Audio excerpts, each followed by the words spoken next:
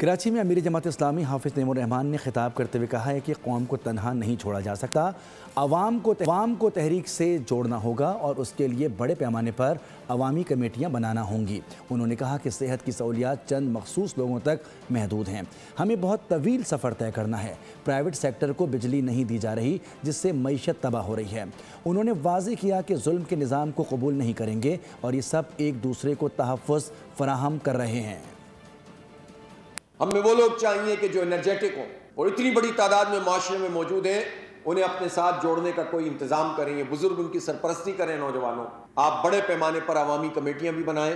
तालीम का हाल ये है, गरीब अमीर मिडिल क्लास सबकी अलग अलग तालीम, सेहत की सहूलतें लोगों को मैसर नहीं, लेकिन अभी भी बहुत बड़ा सफर करना आपको बाकी है। जो प्राइवेट सेक्टर में इंडस्ट्री काम कर रही है उसका तो बेड़ा गर्क करते हैं, उसको गैस नहीं देते, उसको पानी नहीं देते, उसको बिजली सही नरखों में नहीं देते, मईशत तबाह होती चली जा रही है। तो इस जुल्म के निजाम को हम कबूल नहीं कर सकते। ये तो सब एक दूसरे के मुहाफिज हैं, एक दूसरे को तहफ़्फ़ुज़ फराहम करते हैं, प्रोटेक्शन देते हैं।